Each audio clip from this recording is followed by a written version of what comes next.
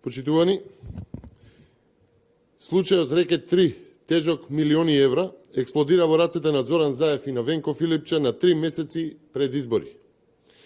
Граѓаните не видоа ништо од новата клиничка болница во Штип, а сега гледаме и слушаме зошто. Почитувани, постои сериозен сомнеш кој што се отвори во медиумите дека незавршувањето на клиничката болница во Штип е поврзано со нова рекетарска афера. Дали за доцнењето на градбата не стои рекетирање на македонски бизнисмени, преземање на домашна компанија со незино намерно туркање во стечај заради долг и потоа купување под реалната цена.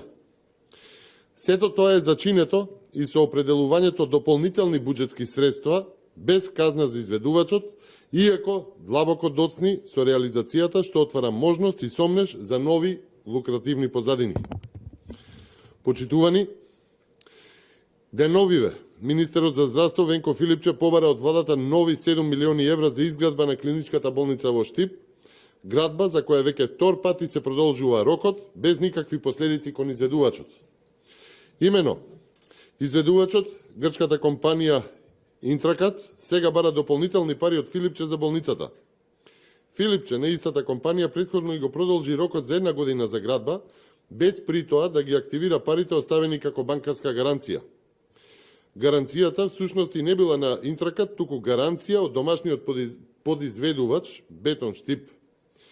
Филипче го продолжи рокот за градба на грчката Интракат, откако изведувачот го раскинал договорот со домашниот Бетон Штип, како што пишуваат медиумите, кои што остават 3,5 милиони евра гаранција за да ја добијат работата како подизведувачи, а Интракат тие пари до Министерството за здравство ги прикажува, ги поднесува како сопствена гаранција.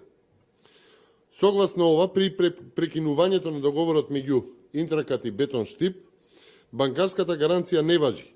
Парите требало да бидат вратени до Бетон Штип, а изведувачот да даде своја гаранција. Потоа требало да се распише нов тендер за подизведувач. Во спротивно, Филипче требал да го раскине договорот и да бара финансиска надомест од Интракат за нанесена штета, односно незавршена работа.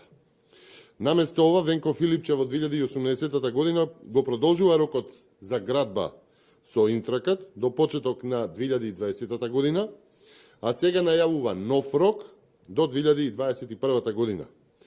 При тоа се најавува дополнителна исплата од 7 милиони евра за Интракат со образложение поголеми трошоци поради цели 2 години доцнење со реализација на изградбата на болницата. Почитувани, јавноста заслужува одговори, а обвинителството мора да преземе сериозни чекори кон расчистување на случајот, особено што медиумите за овој случај споменуваат актуелни министри, лице од семејството на Зоран Заев, како посредник во изведувањето, како и други лица поврзани со активни судски предмети. Почитувани, Рекет 3 е продолжение на Рекет 2 и на Рекет 1 и е само дел од севкупното криминална рекетарска активност на власта во заминување. Одговори и одговорност мора да има. Ви благодарам. Повелете со прашање. Вчера во албанскиот политички блок беше најавена коалиција на практично трите најрелевантни партии на етничките албанци во опозиција. Дали очекувате тоа да има некакво влијание врз состојбите во македонскиот политички блок? Апсолутно коалицирање пред избори е возможно и не е противзаконски. Им посакувам среќа на сите политички актери кои што решиле да коалицираат. Не верувам дека има било какво изместување во однос на она што значи изборна победа на ВМРО ДПМН, која што е апсолутно видлива. На 12 април Зоран Заев и оваа криминално-рекетарска власт ќе замине на црните страници на историјата на Македонија, започнува обновата на Македонија со ВМРО ДПМН.